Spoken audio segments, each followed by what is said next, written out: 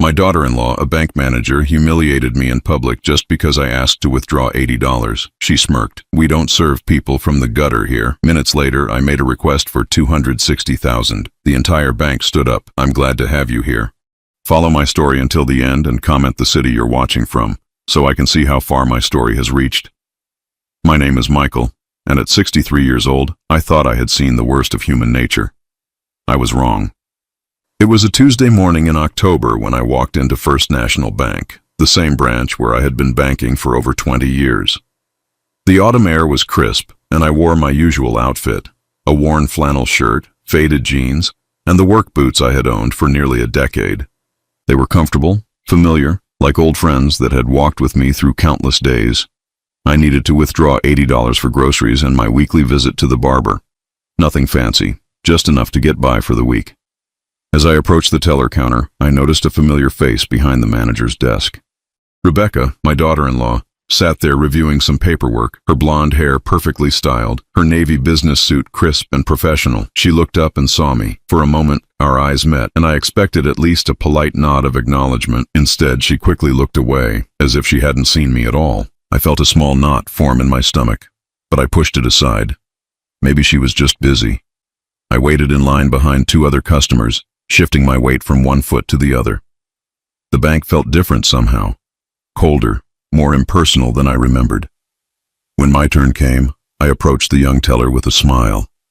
"Good morning," I said, pulling out my worn leather wallet. "I'd like to withdraw $80 from my checking account, please." The teller, a girl who couldn't have been more than 25, looked at me with barely concealed disdain. She glanced over at Rebecca's desk, then back at me. "ID and bank card, please."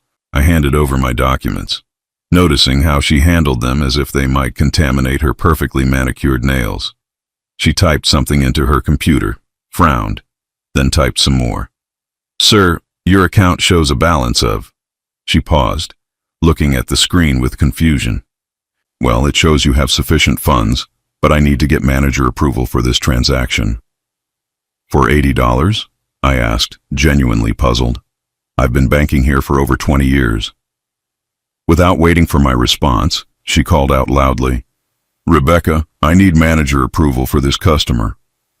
The entire bank seemed to go quiet. Other customers turned to look at me, their expressions ranging from curiosity to judgment. I felt my cheeks burn with embarrassment as Rebecca slowly stood up from her desk, smoothing her skirt as she walked over. When she reached the counter, she didn't look at me directly. Instead, she spoke to the teller as if I wasn't standing right there. "What's the issue, Jennifer?" "This gentleman wants to withdraw $80, but given his appearance and the unusual activity on the account, I thought you should handle it." Rebecca finally looked at me then, and what I saw in her eyes made my heart sink. It wasn't just indifference. It was disgust, as if I were something unpleasant she had stepped in. "Oh," she said, her voice carrying clearly across the bank lobby. "It's my father-in-law." The way she said it, you would have thought she was announcing the presence of a cockroach. Several customers turned to stare, their conversations dying mid-sentence. I felt every eye in that bank boring into me, judging me, finding me wanting. Rebecca crossed her arms and looked me up and down, her gaze lingering on my worn boots and faded clothes. Then, with a smile that never reached her eyes, she delivered the words that would haunt me for days. "We don't serve people from the gutter here," she said, her voice dripping with contempt. "Perhaps you should try the check-cashing place down the street. They're more accommodating to people of your circumstances." The silence that followed was deafening. I stood there, my wallet still in my hand, feeling as if the floor had disappeared beneath my feet. In that moment, I wasn't a man who had worked hard his entire life, who had raised a family, who had built something meaningful with his bare hands. I was just an old man in shabby clothes, being publicly humiliated by his own daughter-in-law. I could hear whispers starting around me. Poor old man. How embarrassing. She's right though, look at him. My throat felt tight, and for a terrifying moment, I thought I might cry right there in front of everyone. The young teller was trying hard not to smile, clearly enjoying the show. Other bank employees had stopped what they were doing to watch. Rebecca stood there with her arms still crossed, waiting for me to leave. Her expression was one of smug satisfaction, as if she had just solved an unpleasant problem. In her eyes, I could see what my own son's wife really thought of me, that I was nothing more than an embarrassment, a burden, someone to be tolerated at best. I carefully put my wallet back in my pocket, my hands steadier than I felt inside. I looked at Rebecca one last time, memorizing her face, the coldness in her eyes, the way she held herself like she was so much better than me.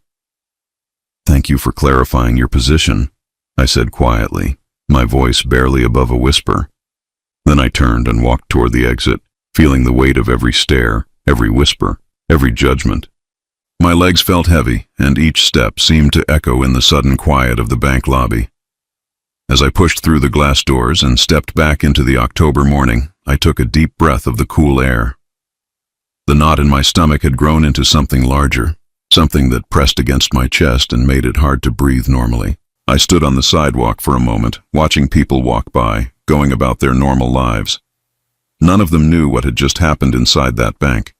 None of them knew that a son's wife had just stripped away the last of an old man's dignity in front of strangers. But as I stood there, something began to shift inside me. The hurt was still there, sharp and raw, but underneath it something else was growing, something that had been sleeping for a very long time. Rebecca had made a mistake today, a big one. She thought she knew who I was. She thought she understood what I represented. But she had only seen what I wanted her to see, what I had carefully chosen to show the world. As I walked slowly back to my old pickup truck, I couldn't help but smile just a little. In a few days, I would return to that bank. And when I did, Rebecca was going to learn something about making assumptions. The drive home from the bank felt longer than usual. My hands gripped the steering wheel of my 1998 Ford pickup, a truck that had seen better days but still ran like a dream. The faded blue paint and rust spots told a story of years of honest work, of hauling lumber and tools, of being a reliable companion through decades of early mornings and late nights. As I pulled into my driveway, I looked at my house, a modest two-story home with white siding that needed a fresh coat of paint. The lawn was neatly trimmed, the garden well tended, but nothing about it screamed wealth or success. Just like everything else in my life, it was designed to blend in, to not draw attention.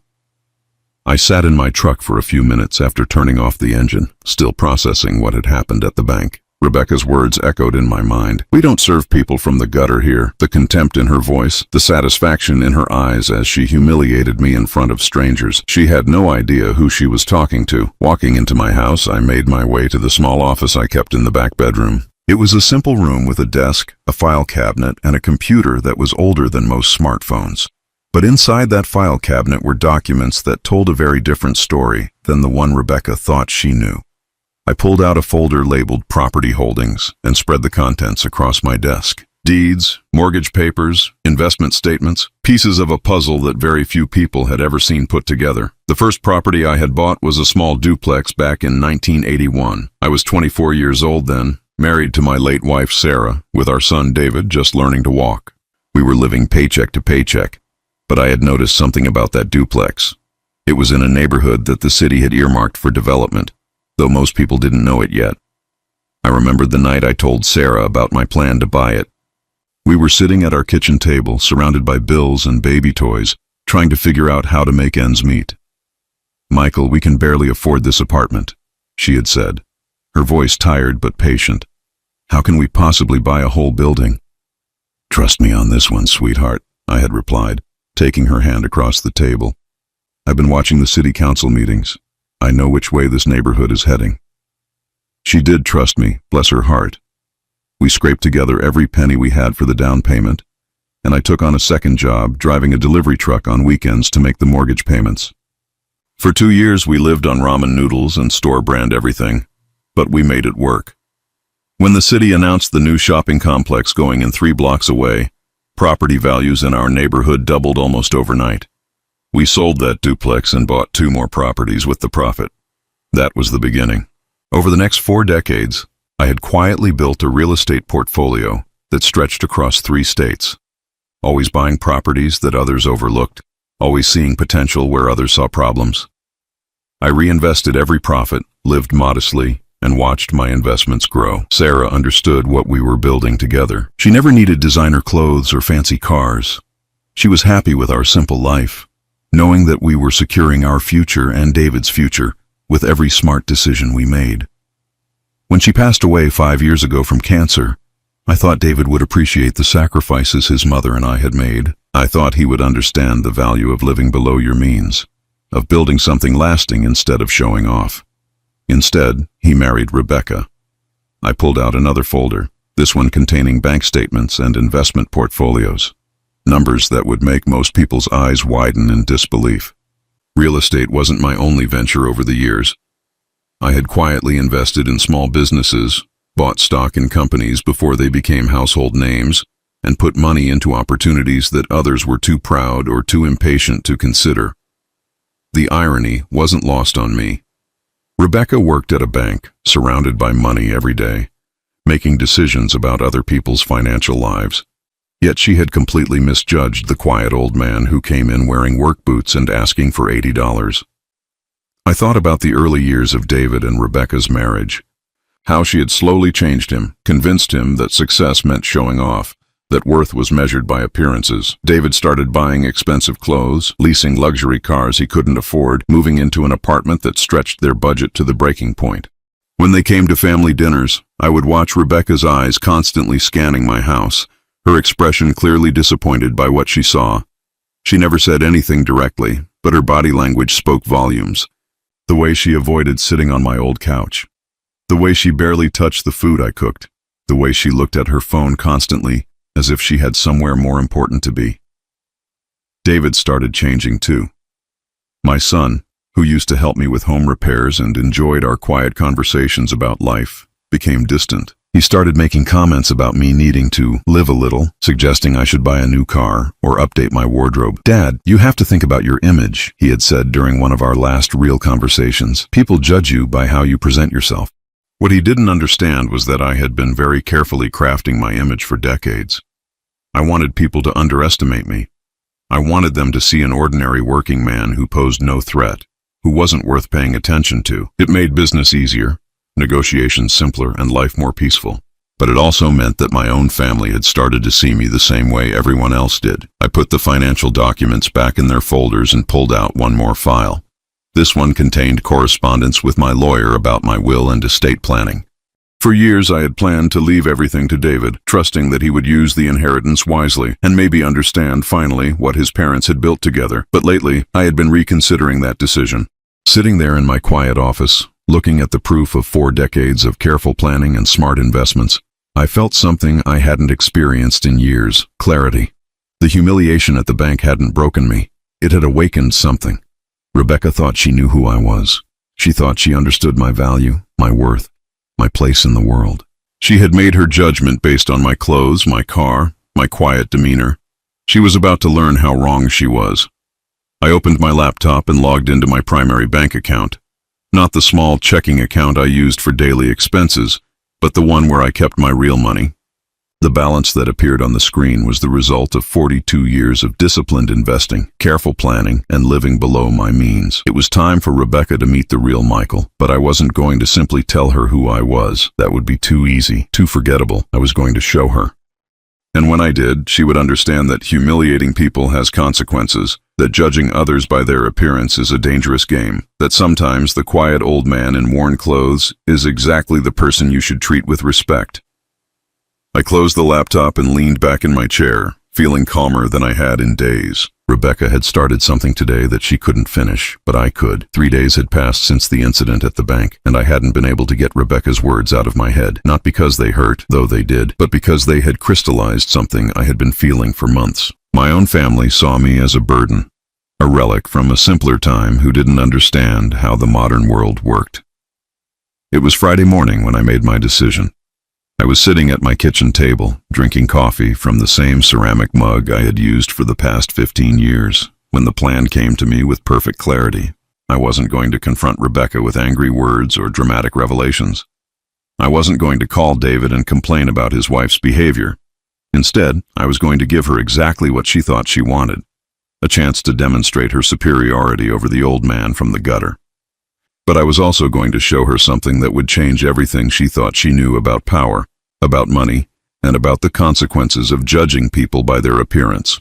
I drove back to First National Bank at exactly 10:30 in the morning, the same time I had arrived 3 days earlier. I wore the same clothes, The faded jeans, the worn flannel shirt, the work boots that had seen better days. Everything about my appearance said I was exactly who Rebecca thought I was.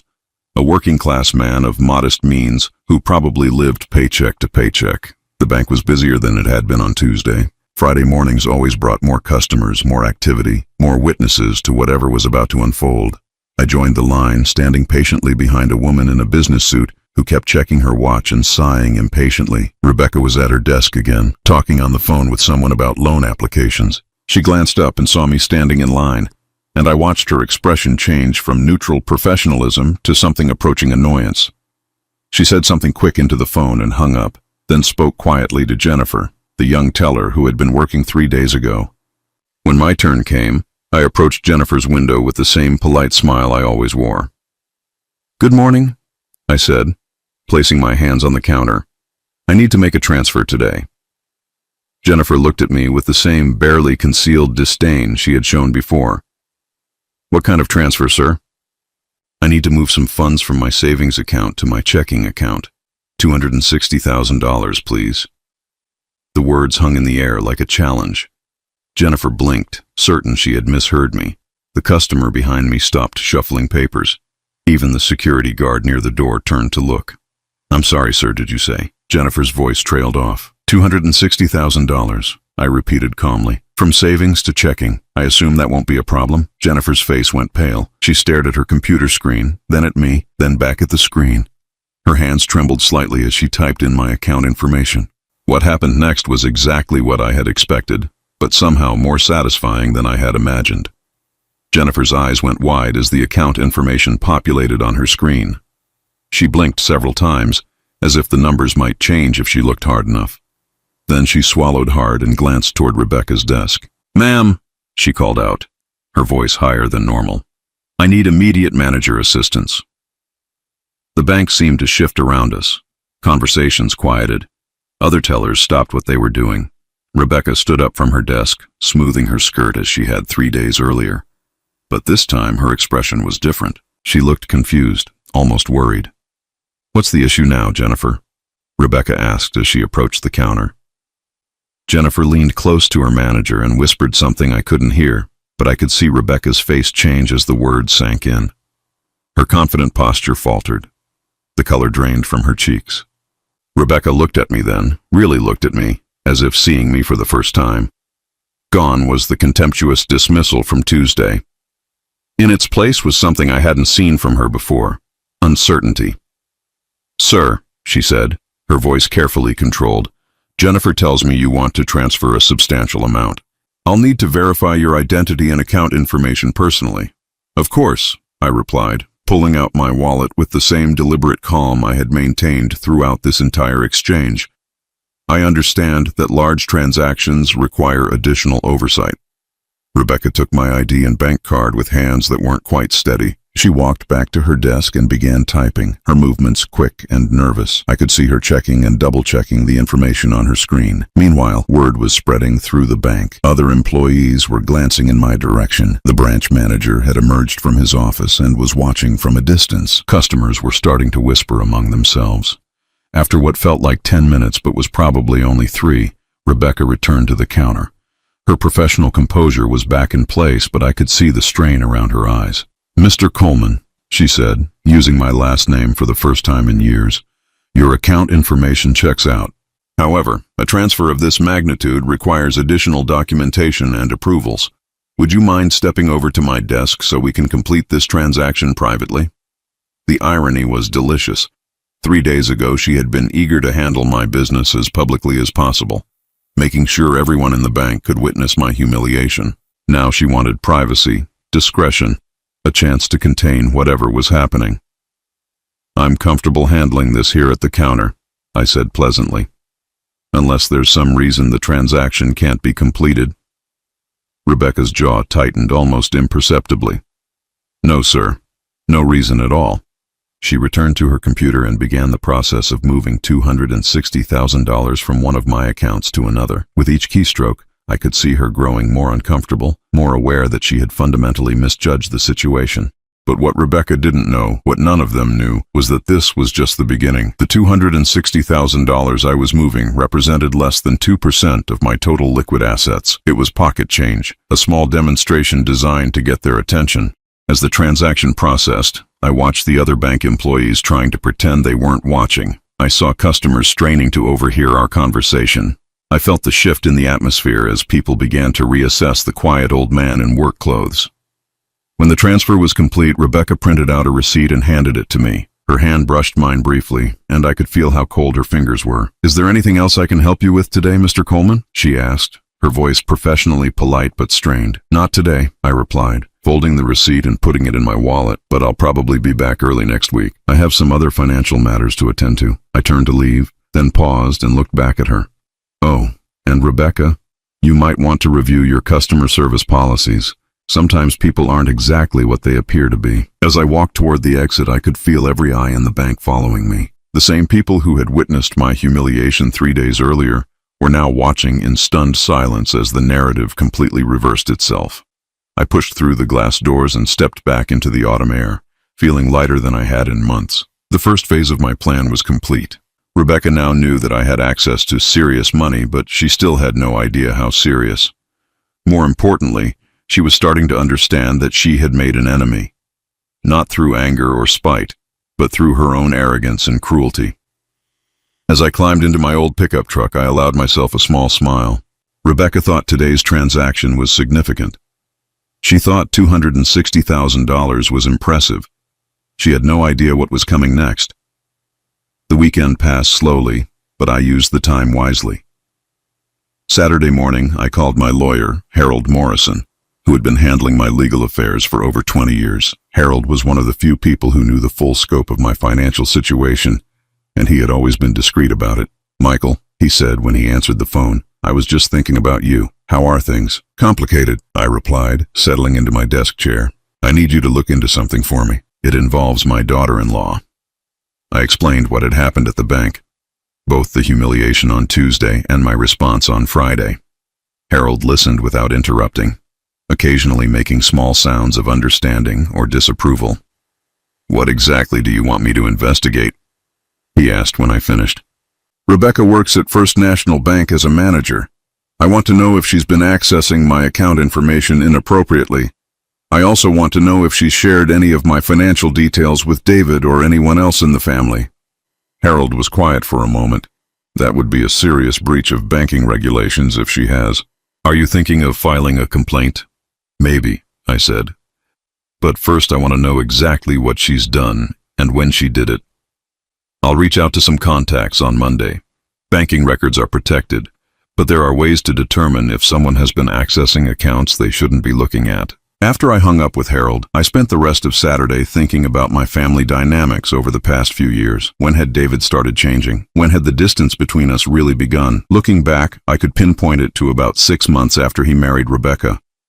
Before that, David would come by every few weeks, help me with projects around the house, ask for advice about work or life. We had the kind of relationship I had always hoped to have with my son. But gradually, those visits became less frequent. Our conversations became shorter, more superficial. David started making comments about my lifestyle, suggesting I should spend more money on myself, acting embarrassed by my simple way of living. At the time, I had attributed it to the normal evolution of a young man starting his own family. But now I wondered if there had been more deliberate influence at work. Sunday morning, I did something I hadn't done in months. I called David. "Hey, Dad," he answered, sounding surprised. "How are you doing?" "I'm fine, son. I was wondering if you and Rebecca might want to come over for dinner this week. It's been a while since we've all sat down together." There was a pause. I could hear Rebecca's voice in the background, though I couldn't make out the words. "Actually, Dad, this week is pretty busy for us. Rebecca's got some big projects at work, and I'm putting in overtime on the Henderson account. Maybe we could do something next month." Next month. It was always next month with them. "Of course," I said. "How are things going at the bank for Rebecca?" She seemed stressed when I saw her there on Friday. Another pause, longer this time. "You went to her bank?" "Dad, you know that makes her uncomfortable. She's trying to maintain professional boundaries." "Professional boundaries? as if acknowledging her father-in-law was some kind of ethical violation. I understand, I replied. I just needed to handle some banking business, nothing personal. Right, well, maybe you could use a different branch next time. Rebecca works really hard to build respect at that place, and having family members come in asking for special treatment doesn't help her image. Special treatment, is that what he thought had happened? I'll keep that in mind, I said. Give my love to Rebecca. After I hung up, I sat in my kitchen for a long time, staring out at my backyard. The conversation had confirmed what I suspected. Rebecca had told David her version of what happened at the bank, and it wasn't the truth. Monday morning, Harold called me back with information that made my blood run cold. Michael, you're not going to like this, he said without preamble. My contact at the State Banking Commission pulled some records. Rebecca has been accessing your account information regularly for the past 18 months. I felt my grip tighten on the phone. How regularly? Monthly, sometimes more often. She's been checking your balances, transaction history, everything. And Michael, she's only been looking at your small checking account, the one you use for daily expenses. She has no idea about your other accounts. The pieces were falling into place. Rebecca had been spying on my finances, but she had only seen part of the picture. Based on the limited information she had access to, she had concluded that I was barely getting by financially. There's more, Harold continued. She's also run credit checks on you multiple times, and she's accessed account information for several other family members. Your cousin Martha, your nephew James, even your late wife's sister Helen. I felt sick. Is that legal? Absolutely not. It's a federal crime. Banks have strict protocols about when and why employees can access customer information. Personal curiosity and family gossip don't qualify as legitimate business purposes. So she's been building a financial profile of our entire family. That's exactly what it looks like. And Michael, based on the timing of these searches, I think she's been sharing this information with others. The searches often happen right before family gatherings or holidays. I thought about the past year and a half, how conversations at family dinners had started, including subtle comments about money. How relatives would make offhand remarks about who was doing well financially and who was struggling. How David had started treating me like I needed financial advice or help managing my affairs. Rebecca hadn't just been violating my privacy. She had been manipulating my entire family's perception of me, using privileged information to create a narrative that served her purposes. What are my options? I asked Harold. You could file a criminal complaint. With this much evidence, the Banking Commission would have to investigate. Rebecca would almost certainly lose her job and face serious legal consequences. And what would that accomplish? Justice? Harold suggested. She broke the law, Michael. She violated your trust and your privacy in the worst possible way. I thought about it for a moment. Let me ask you something else. If I wanted to transfer a significant amount of money into that checking account, the one she's been monitoring, would that show up on her next search? Harold chuckled. Oh, it would definitely show up. Any large deposits or transfers generate automatic alerts in their system. She'd know about it within hours. How much money are we talking about to really get someone's attention? At a small branch bank like First National, anything over $50,000 would be noticed. $1 million would stop them in their tracks. I smiled for the first time since this whole ordeal began.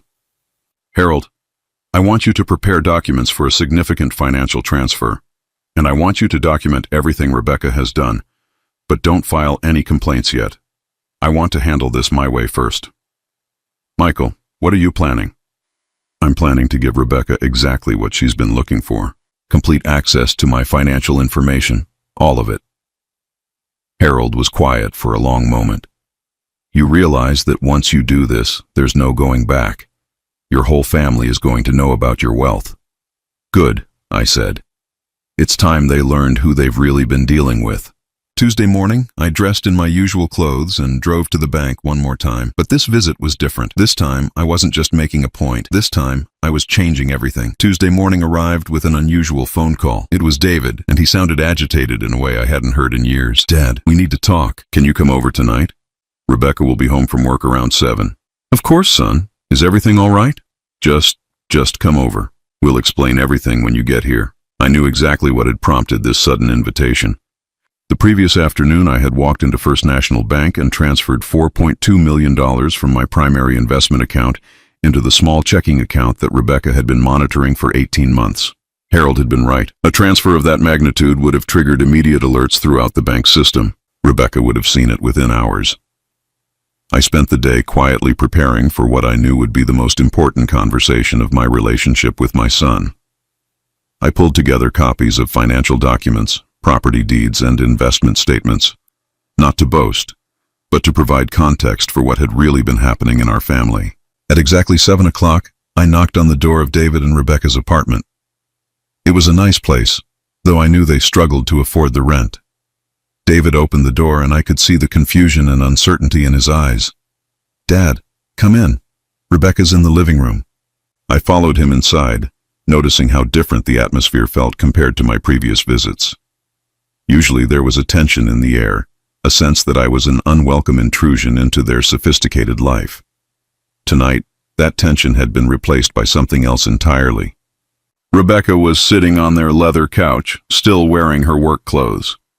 Her usually perfect composure was cracked, and she looked like someone who had received shocking news and hadn't quite processed it yet.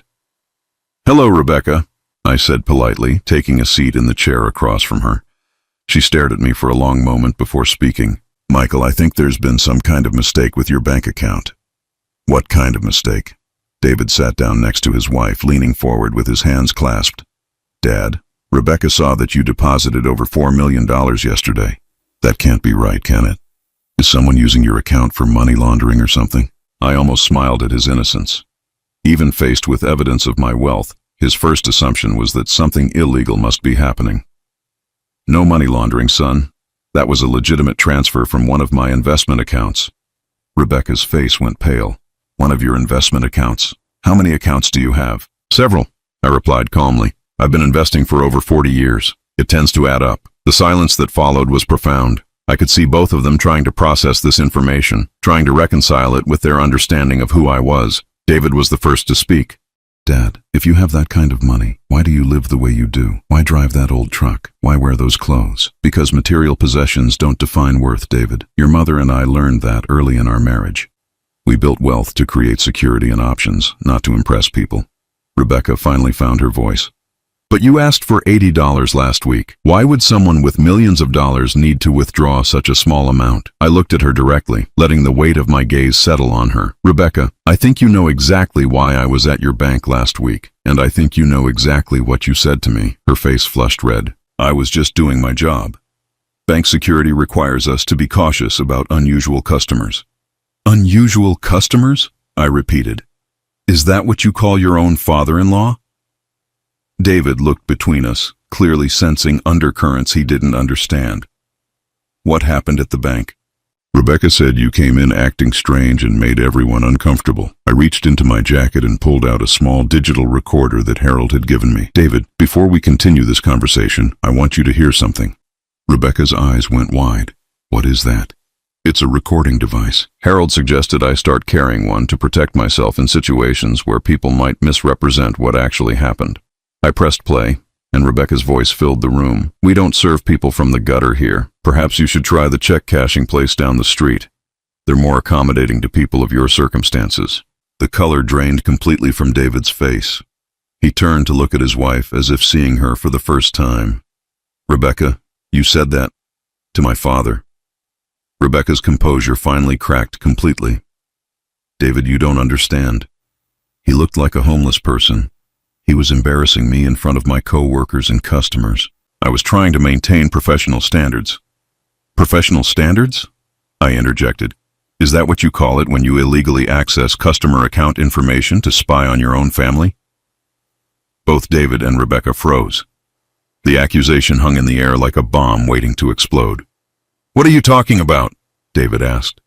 I pulled out a folder that Harold had prepared and set it on the coffee table between us. "Rebecca has been accessing my bank records for 18 months without authorization. She's also been checking the financial information of other family members. It's a federal crime." Rebecca's hands started shaking. I had legitimate business reasons." "What business reasons?" I asked calmly. "What legitimate bank business required you to check my account balance every month? What business purpose was served by running credit checks on my sister-in-law and my nephew? David picked up the folder and started reading through the documentation Harold had compiled. With each page, his expression grew darker. "Rebecca, this shows you accessed Dad's account 43 times in the past year and a half. 43 times. And you've been looking at Martha's information, and James's, and Helen's." "I can explain," Rebecca said desperately. "I was trying to protect our family. I wanted to know if anyone was taking advantage of you financially. I was trying to help." "Help?" I asked. "By telling family members that I was struggling financially? By spreading stories about my personal business? By convincing my own son that I needed financial advice and assistance?" David was staring at his wife with a mixture of shock and disgust. "Is that true? Have you been telling people about Dad's finances?" Rebecca's silence was answer enough. I leaned forward in my chair. "David, for the past 18 months, your wife has been using privileged information to manipulate how our family sees me. She convinced everyone that I was barely getting by financially, that I was out of touch and needed guidance. She turned me into a charity case in the eyes of my own relatives." "But why?" David asked, his voice barely above a whisper. "Control," I replied. As long as everyone believed I was struggling, Rebecca could position herself as the successful, sophisticated one. She could be the voice of reason, the one who understood how money and social status worked. She could slowly push me to the margins of our family. Rebecca stood up suddenly, pacing to the window. "You don't understand the pressure I'm under at that bank. I work with wealthy clients every day. I see how they live, how they dress, how they present themselves. And then my father-in-law shows up looking like he just came from a construction site, asking for grocery money. It reflects on me professionally. So you decided to humiliate me publicly to protect your image?" She spun around, tears streaming down her face. "I never meant for it to go that far. I just wanted you to understand that appearances matter, that you were holding David back by association." David stood up slowly, his face pale with anger. "Holding me back? Rebecca, he's my father. A father who dresses like a day laborer and drives a truck older than our marriage," she shot back. "Do you know what my colleagues say when they find out I'm related to him?" The room went completely silent. Even Rebecca seemed to realize she had gone too far. I stood up and gathered my papers. "Rebecca, you've shown me exactly who you are. You've also shown David who you are. I think my work here is done." As I walked toward the door, David called after me. "Dad, wait. What happens now?" I turned back to face my son. "Now you have to decide what kind of man you want to be, David. What kind of marriage you want to have. What kind of family you want to build." I looked at Rebecca one last time. "As for you, Rebecca, you might want to start looking for a new job. Federal banking violations tend to have serious consequences." As I left their apartment, I could hear them arguing behind me, their voices rising in anger and recrimination. I felt no satisfaction in their pain, but I felt something I hadn't experienced in years, complete clarity about where I stood with my family. The truth was finally out in the open. Now everyone would have to live with the consequences of their choices. 6 months have passed since that confrontation in David and Rebecca's apartment, and the ripple effects continue to reshape everything I thought I knew about family, loyalty, and the true nature of the people closest to us. Rebecca lost her job at First National Bank 3 weeks after our conversation. The federal investigation that Harold helped initiate found evidence of systematic privacy violations affecting dozens of customers over a 2-year period. She was terminated immediately and faced federal charges that resulted in a plea agreement, probation, and permanent exclusion from the banking industry. David filed for divorce 2 months later. The dissolution of their marriage wasn't pretty. Rebecca fought for spousal support, claiming she had given up career opportunities to support David's advancement. She demanded half of everything they owned together, which wasn't much since most of their lifestyle had been funded by credit cards and loans they could barely afford. What she didn't know, what David hadn't told her, was that 3 years earlier, I had quietly paid off his student loans. $43,000 that would have taken him years to repay. I had done it anonymously, through a lawyer, because I wanted my son to start his marriage without the burden of debt. I had asked David never to mention it to Rebecca, because I didn't want it to become a source of family drama. When this information came out during the divorce proceedings, Rebecca's lawyer tried to argue that I had been secretly supporting their marriage all along, making her entitled to continued support. The judge was not impressed with this logic. David moved back home with me temporarily while he sorted out his finances and his life. It was strange at first having my 40-year-old son sleeping in his childhood bedroom, eating breakfast at the same table where I had helped him with homework 30 years earlier. But it also gave us time to talk in a way we hadn't in years. "Dad," he said one morning over coffee, "I owe you an apology that I don't even know how to begin." I set down my newspaper and looked at my son. He looked older than his years, worn down by the stress of the divorce and the revelation of what his marriage had really been built on. "You don't owe me anything, David." "Yes, I do. I let Rebecca convince me that you needed my help. That you didn't understand how the modern world worked, that you were holding me back somehow." He shook his head. "I started seeing you through her eyes instead of my own." We talked for hours that morning about how subtle manipulation works, how gradually someone can change your perception of reality without you even realizing it's happening. David told me about conversations with Rebecca where she would plant seeds of doubt about my judgment, my relevance, my value to the family. "She made it seem like caring about you meant helping you change," he explained. "Like the loving thing to do was to modernize you, upgrade your lifestyle, teach you to present yourself better." I listened without judgment as my son worked through his guilt and confusion. I had spent months being angry about his behavior, but hearing him explain how carefully Rebecca had orchestrated his change in attitude toward me, I realized he had been as much a victim of her manipulation as I had been. The rest of our family took longer to understand what had really happened. Cousin Martha called me after she learned about Rebecca's illegal access to her bank records. "Michael, I don't know what to say. She told us all that you were struggling financially. She made it sound like you were too proud to ask for help, but that David was worried about you." Similar conversations happened with my nephew James, my sister-in-law Helen, and several other relatives. Rebecca had created an entire narrative about my circumstances, using illegally obtained information to make herself seem knowledgeable and concerned, while painting me as a declining elderly man who needed family intervention.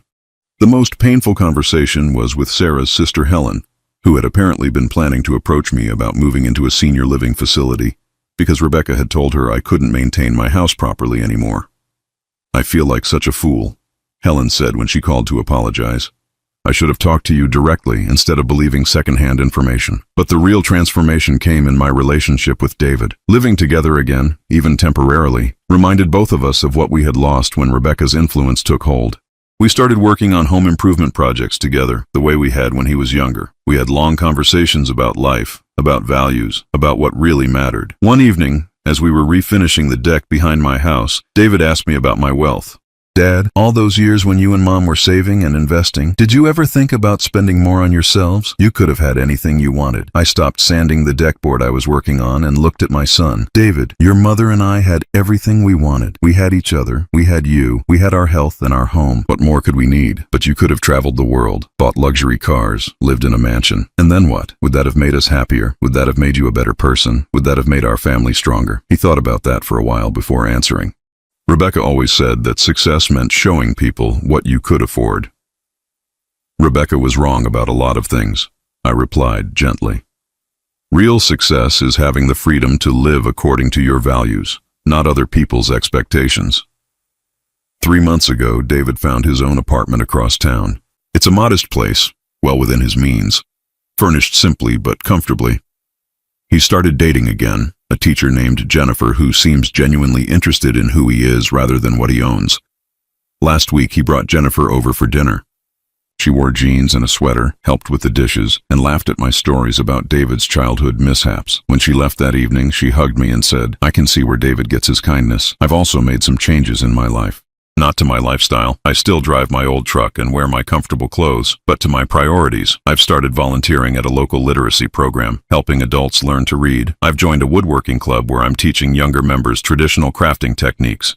Most importantly, I've begun the process of establishing a foundation that will continue after I'm gone. The bulk of my wealth will support education and housing programs for working families, people who, like Sarah and I once were, are trying to build something better for their children. David will inherit enough to live comfortably and pursue his interests, but not so much that he'll never need to work or find his own purpose. We've talked about this extensively, and he understands my reasoning. I don't want to leave you a burden disguised as a blessing, I told him. I want to leave you the freedom to become whoever you're meant to be. Last month, I ran into Rebecca at the grocery store. She looked different. Older, harder somehow.